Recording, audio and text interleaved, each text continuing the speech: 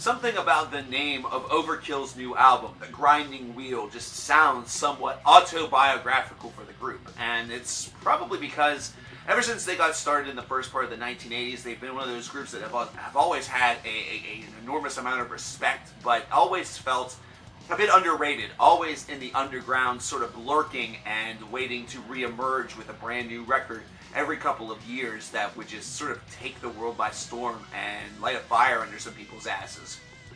Kind of the band that always was talked about by diehard fans, recommended to hopefully spread the infection that Overkill is able to deliver record by record.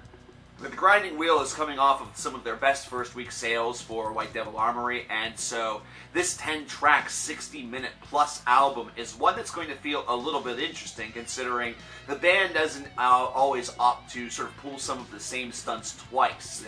Recently, a lot of their albums have had sort of the similar makeup, but this is one that is sort of the Years of Decay of this brand new stretch of Overkill records that we've gotten since, say, the middle portion of the 2000s, or even if you want to go all the way back to an album such as Killbox 13 or even Bloodletting. So the reason why this is true is because this 10-track affair has traces of many elements of the band's career, but also various elements of music history, especially heavy metal history.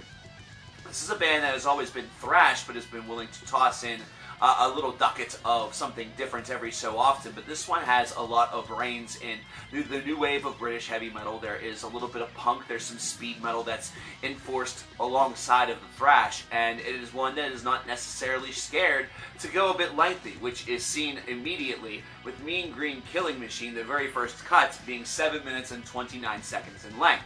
And at first, this is a song that feels like it's going to be very similar to what we've come to expect from Overkill. Nothing that is all of that, strange is happening here. If you remember songs such as The Green and Black that really took us by storm a couple of albums ago, then you kind of understand a little bit of what to expect with Mean Green Killing Machine, but then it just absolutely sideswipes you by changing its direction and definitely giving it a little bit more of this sort of I guess new wave of British heavy metal, rock and roll, psychobilly. It's a strange little amalgamation of a couple of different fashions in order to accommodate this middle portion that just gives this composition a little bit of new life, and it almost makes you wonder how in the world they dreamt this up based off of the thrash that was occurring just a couple of moments prior. And because of that, Mean Green Killing Machine feels like a really solid opener. It's one that has a lot to offer.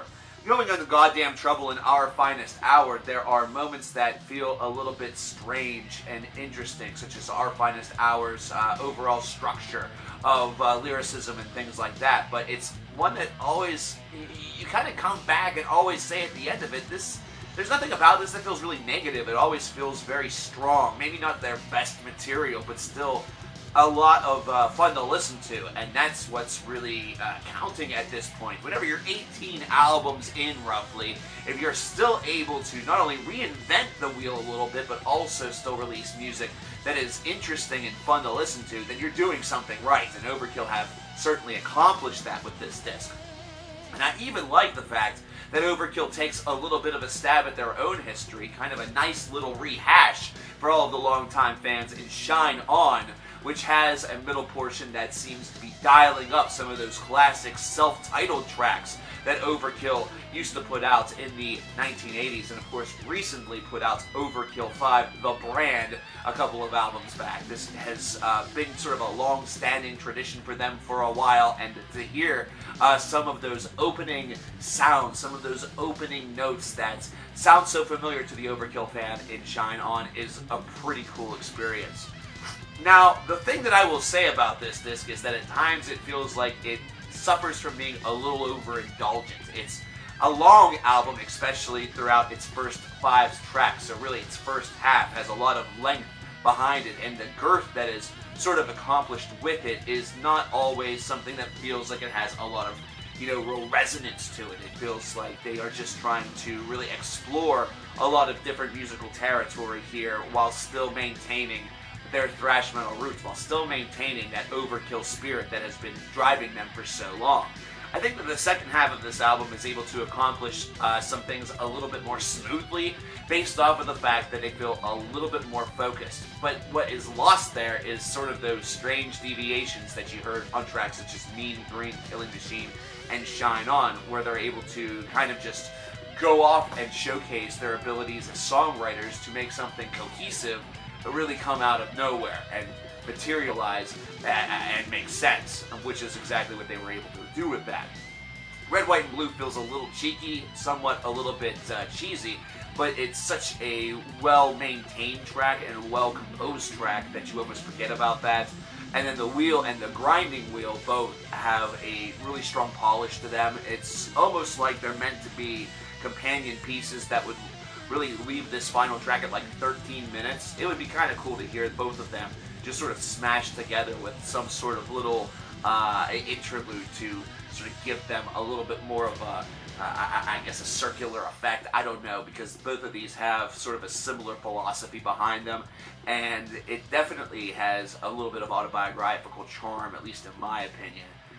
Bobby sounds amazing on this disc. That's the one thing that I will say. Vocally speaking, Bobby's packing in as many of those trademark shrill-ass screams that he can potentially throw onto a song. You know, he's really actively going out there to try to exhibit this over and over again. And at times, that's part of that overindulgent feel. It seems like it's almost forceful, like it's there whenever it doesn't need to be. But he sounds terrific, and you have to give him a lot of credit for that. The band still has a great compositional skill, and they still have the ability to write some just kick-ass tunes. So this is one that there's not a lot of negatives to it. In fact, the more that you listen to this album, if you're not sold on it the first time, the more that you listen to it, it starts to really expose itself for being, like I said very early on the onset, sort of this generation's Overkill, The Years of Decay. You know, that album was markedly different to albums such as, you know, Feel the Fire, Fuck You and Then Some, Taking Over, and Under the Influence. This one has a lot of subtle differences from albums such as Immortalis or Killbox 13, or even White Devil Armory. So this is a disc that I would give a 23 out of 32. It has a lot of great charm. It has a lot of terrific ability. I think that it's a grower, and that does hurt it a little bit. I don't find it to be an absolute genius work by Overkill, but it's solid, and it's well constructed and crafted. It's still an album that demands that you really give it some focus and attention and understand what it's all about. It deserves at least 2 or 3 listens from you. And really, Overkill is a band that still deserves your respect and still deserves you going up to folks and recommending them to them, because they're not afraid to reinvent themselves a little bit, even 18 albums in. But I want to know what you guys think about The Grinding Wheel by Overkill. Let me know in the comments below. My name is coverkillernation. I have been sick as shit all week, so it's great to be back. Thanks to everybody for being patient. Talk to you guys next time. Take care.